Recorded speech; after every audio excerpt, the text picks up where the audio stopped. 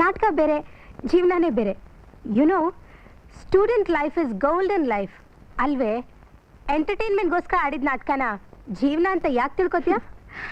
ನಾಟಕ ಅಂತ ತಿಳ್ಕೊಳ್ಳೋದು ಎಷ್ಟೋ ಸಲ ಜೀವನ ಆಗುತ್ತೆ, ಜೀವನ ಅಂತ ತಿಳ್ಕೊಳ್ಳೋದು ಎಷ್ಟೋ ಸಲ ನಾಟಕ ಆಗುತ್ತೆ ಆಶಾ. ಅದಕ್ಕೆ ನಮ್ಮ ಆಂಟಿ ವಿಶಾಲಾಕ್ಷಿ ಮಗಳು ಶೋಭಾನೇ ಉದಾಹರಣೆ. ಅವಳು ನಾನು ಚಿಕ್ಕ ವಯಸ್ಸಿನಿಂದ ಒಂದೇ ಪ್ರಾಣ ಎರಡು ದೇಹ ಅಂತ ಬೆಳೆದ್ವಿ. ಅವಳಿಗೂ ಮದುವೆ ಆಯ್ತು. ಕೊನೆಗೇನಾಯ್ತು ಗೊತ್ತಾ? ಶೋಭಾ, ಲೈ ಶೋಭಾ. ಏನ್ರಿ? ಲೈ ಇಡ ಅಲ್ಲಿ. ಎಷ್ಟತ್ತೆ ಕಿರ್ಚ್ಕೊಳ್ಳೋದು? ಸ್ವಲ್ಪ ಮೆಲ್ಲಗೆ ಮಾತಾಡಿ, ಒಳಗಡೆ ಅಮ್ಮ ಇದ್ದಾರೆ. ಇರ್ಲಿ, ಇದ್ರೇನು ಇವಾಗ? ಅದ್ ಸರಿ, ನಾನು ಕೇಳಿದ ಹಣ ಏನ್ ಮಾಡಿದೆ? ಮೊನ್ನೆ ತಾನೇ ನಮ್ಮ ತಂದೆ ನಿಮ್ಗೆ ಹಣ ಕೊಟ್ಟಿದ್ದಾರೆ. ಮತ್ಯಾವ ಹಣ? ಏನೇ ಮಹಾ ಕೊಟ್ಟಿರೋದು? ಜುಜ್ಬಿ 1 ಲಕ್ಷ. ಅಲ್ರಿ, ಮದ್ವೆಗೆ ಮುಂಚೆ ವರದಕ್ಷಿಣೆ 1 ಪೈಸೆನೂ ಬೇಡ ಅಂತ ಹೇಳಿದ್ರಿ. ಈಗ ನೋಡಿದ್ರೆ ಲಕ್ಷ ಲಕ್ಷ ಕೇಳ್ತಿದ್ದೀರಲ್ಲ. ಕೇಳ್ತೀನಿ, ಇನ್ನೂ ಕೇಳ್ತೀನಿ. ಯಾಕೆ ಕೇಳ್ತೀನಿ ಗೊತ್ತಾ? ನೀನು ಚಿನ್ನದ ಮೊಟ್ಟೆ ಇಡೋ ಕೋಳಿ ಅಂತ. ವರದಕ್ಷಿಣೆ ಇಲ್ದೆ ಮದುವೆ ಆಗೋಕೆ ನೀನು ಹೇಮಾ ಮಾಲಿನಿನ ಅಥವಾ ಜಯಪ್ರದನ? ನಿನ್ನನ್ನು ನಾನು ಮದುವೆ ಆಗಿದ್ದು ನಿನ್ನ ಸೌಂದರ್ಯ ನೋಡಲ್ಲ, ನಿನ್ನ ಆಸ್ತಿ ಅಂತಸ್ತು ನೋಡಿ. ಮೊನ್ನೆ ತಾನೇ ತವ್ರ ಮನೆಯಿಂದ ನಿಮ್ಗೆಲ್ಲ ಒಡವೆನೂ ತಂದ್ಕೊಟ್ಟಿದ್ದೀನಿ. ದಯವಿಟ್ಟು ಇನ್ನೇನು ಕೇಳ್ಬೇಡಿ, ನಿಮ್ಮನ್ನ ಕೈ ಮುಗಿದು ಕೇಳ್ಕೊತೀನಿ. ಈ ವಿಷಯ ನಮ್ಮ ತಂದೆ ಗೊತ್ತಾದ್ರೆ ಎದೆ ಹೊಡ್ಕೊಂಡು ಸಾಯ್ತಾರೆ. ಸಾಯ್ಲಿ ಬಿಡೆ. ಆ ಮುದ್ಕ ಇದ್ದು ಯಾವ ರಾಜ್ಯ ಆಳ್ಬೇಕು? ಈ ಪುರಾಣ ಎಲ್ಲ ಬೇಡ. ಮೊದ್ಲು ಹೋಗಿ 1 ಲಕ್ಷ ರೂಪಾಯಿ ತಗೊಂಡ್ ಬಾ. ದಿಢೀರಂತ 1 ಲಕ್ಷ ಕೇಳಿದ್ರೆ ನಾನು ಎಲ್ಲಿಂದ ತರ್ಲಿ? ಮನೆ ಮಾರು ಅಂತ ಹೇಳು, ಇಲ್ಲ ಎಸ್ಟೇಟ್ ಮಾರು ಅಂತ ಹೇಳು. 1 ಲಕ್ಷ ಯಾಕೆ? 10 ಲಕ್ಷ ಸಿಗುತ್ತೆ. ಮದ್ವೆ ಆದಾಗ್ಲಿಂದ ಒಂದಿನನೂ ಸಂತೋಷವಾಗಿರ್ಲಿಲ್ಲ. ಗಂಡ್ ಮಕ್ಳು ಇಲ್ದೇ ಇರೋದ್ರಿಂದ ನಿಮ್ಮನ್ನೇ ಮನೆ ಹಳಿನಾಗ್ ಮಾಡ್ಕೊಂಡು ಮಗನ್ ತರ ನೋಡ್ಕೋತಾ ಇದಾರೆ. ನಿಮಗೆ ಯಾಕೆ ಈ ದುರ್ಬುದ್ಧಿ ಬಂತು? ಏನೇ ನನಗೆ ಎದುರು ನನಗೆ ಎದುರು ಮಾತಾಡ್ತಿದ್ದೆ?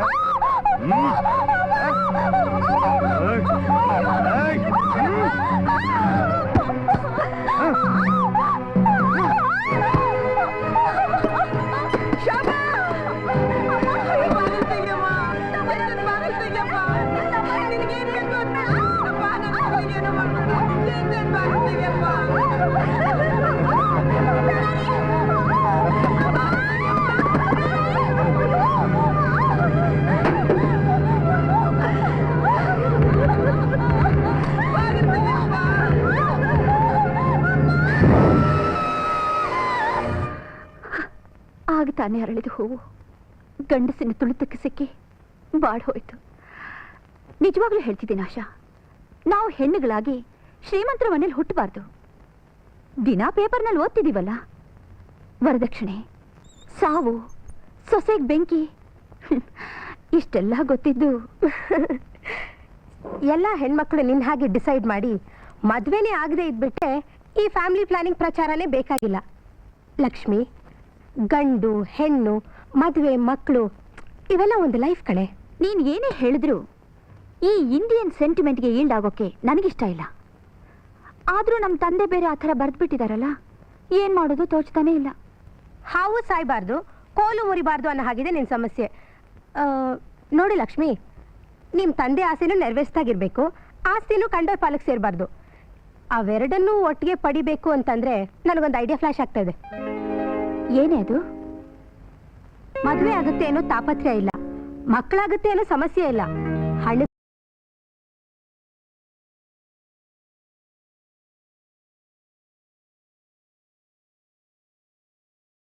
Sentiments and purely business. ಅಂದ್ರೆ ಆ 30 ದಿವಸಗಳ ಮಟ್ಟಿಗೆ ನೀನೊಬ್ಬ ರೆಡಿಮೇಡ್ ಗಂಡನ ಆಯ್ಕೆ ಮಾಡ್ಕೊಂಡು ಅವನ ಜೊತೆ ಅಗ್ರಿಮೆಂಟ್ ಮಾಡ್ಕೊಂಡ್ಬಿಡು. ರೆಡಿಮೇಡ್ ಗಂಡನ? ನಾವ್ ಅಂದ್ಕೊಂಡ ಹಾಗಾದೇನು ಮಾರ್ಕೆಟಲ್ಲಿ ಸಿಗುತ್ತಾ? ಮಾರ್ಕೆಟಲ್ಲಿ ಸಿಗಲ್ಲ. ಅಲ್ಲಿ ಸಿಗದೇ ಇರೋವಂಥದ್ದನ್ನ ಬಿಕ್ರಿ ಮಾಡುವಂತ ಒಂದು ಕಂಪನಿ ಇದೆ. That is all in one. ಆಗಬಹುದು ಏನು ಮಂತ್ರಿ? ಆಯ್ತು ಅಂದ್ರೆ ತಿಳ್ಕೊಳ್ಳಿ. ಅವನಂಡಿ ನಿಮಗೆ ಗಂಡ ಬೇಕು ಅಷ್ಟೇ ತಾನೇ?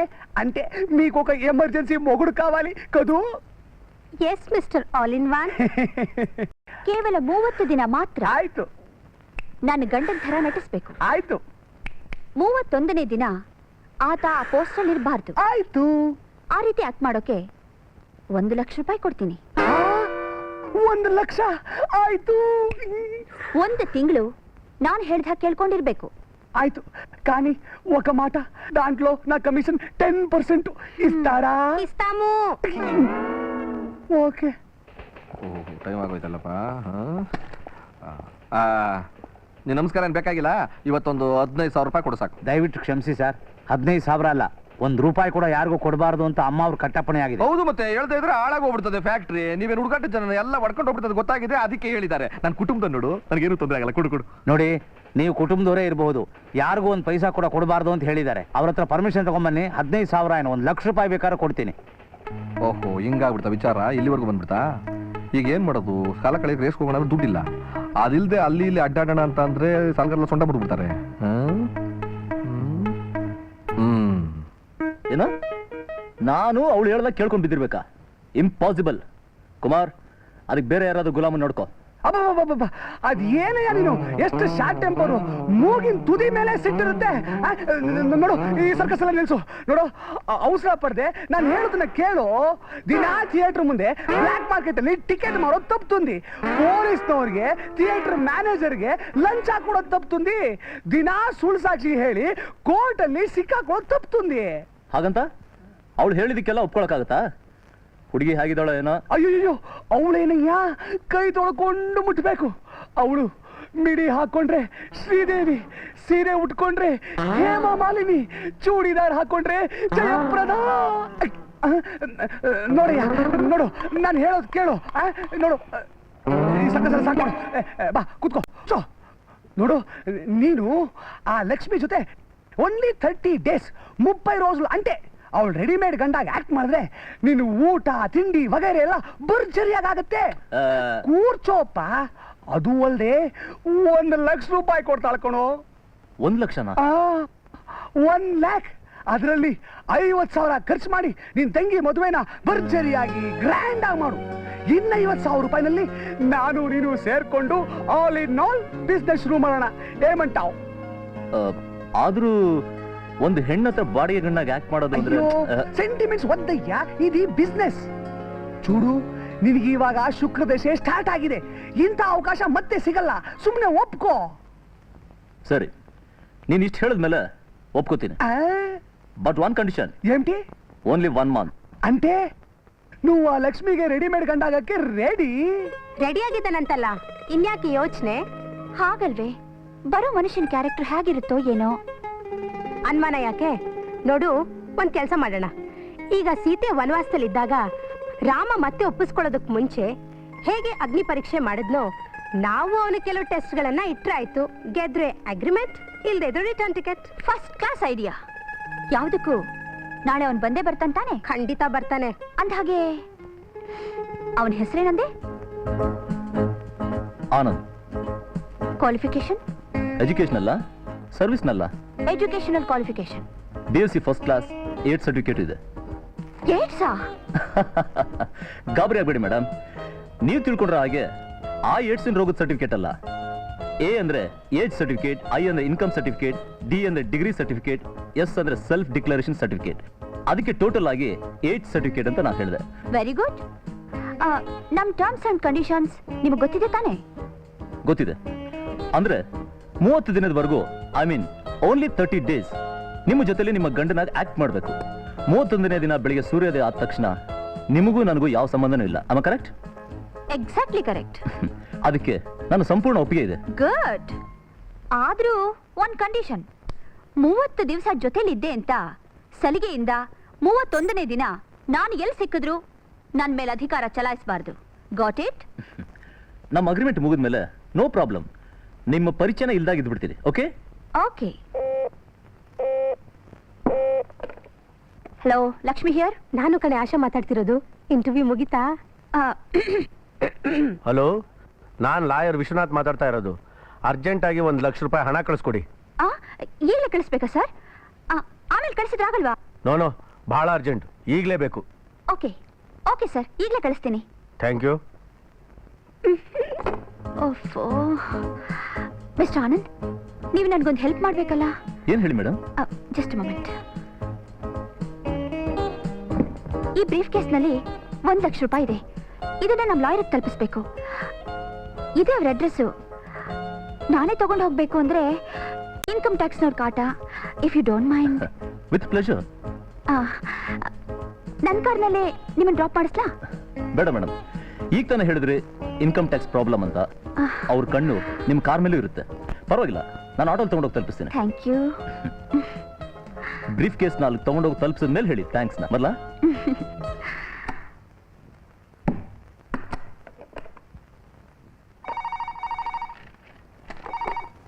ಆಶಾ ಹೊರಟಿದ್ದಾನೆ. ಗೊತ್ತಾಯ್ತು ಬಿಡು.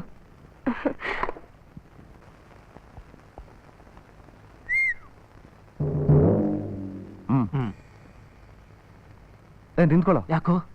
ಏನು ಇಲ್ಲ, ಅವನ ಜೊತೆ ಹೊಡೆದಾಡ್ಬೇಕಂತೆ. ಏನು ಆಗ್ಬಾರ್ದು. ಹೌದು. ಅಯ್ಯೋ ಪೆಕರ್ ನನ್ ಮಗನೇ, ಅದಕ್ಕೆ ಅವ್ಳು ಕೊಡೋದು ಜುಜುಬಿ 2,000 ರೂಪಾಯಿ ಅಷ್ಟೇ. ಈಗ ಒಂದು ಸೂಟ್ ಕೇಸಲ್ಲಿ ಎಷ್ಟಿದೆ? 1 ಲಕ್ಷ. ಕರೆಕ್ಟ್, 1 ಲಕ್ಷ. ಈಗ ನಿಜವಾಗ್ಲೂ ನಾವು ಅವ್ನ ಕೈ ಕಾಲು ಮುರಿದಾಕ್ಬಿಟ್ರೆ ಆ 1 ಲಕ್ಷ ನಮ್ದಾಗತ್ತೆ. ಹೇಗಿದೆ ಪ್ಲಾನು? ಫ್ಯಾಂಟಾಸ್ಟಿಕ್. ನಡಿ.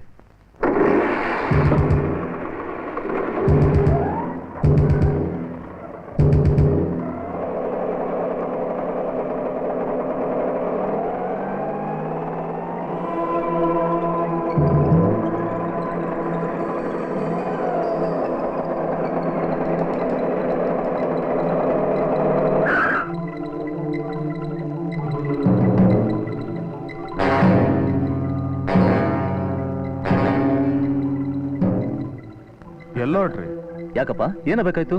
ಏನಿಲ್ಲಮ್ಮ, ನಿನ್ನ ಹತ್ರ ಇರೋ ಬ್ರೀಫ್ ಕೇಸ್ನ ತಗೊಂಡೋಗೋಣ ಅಂತ. ತೆಗಿಯೋ ಕೈ. ಕೈ ತೆಗಿಯೋ ಅಭ್ಯಾಸನೇ ಇಲ್ಲಮ್ಮ, ಕೈ ಇಟ್ಟೆ ಅಭ್ಯಾಸ.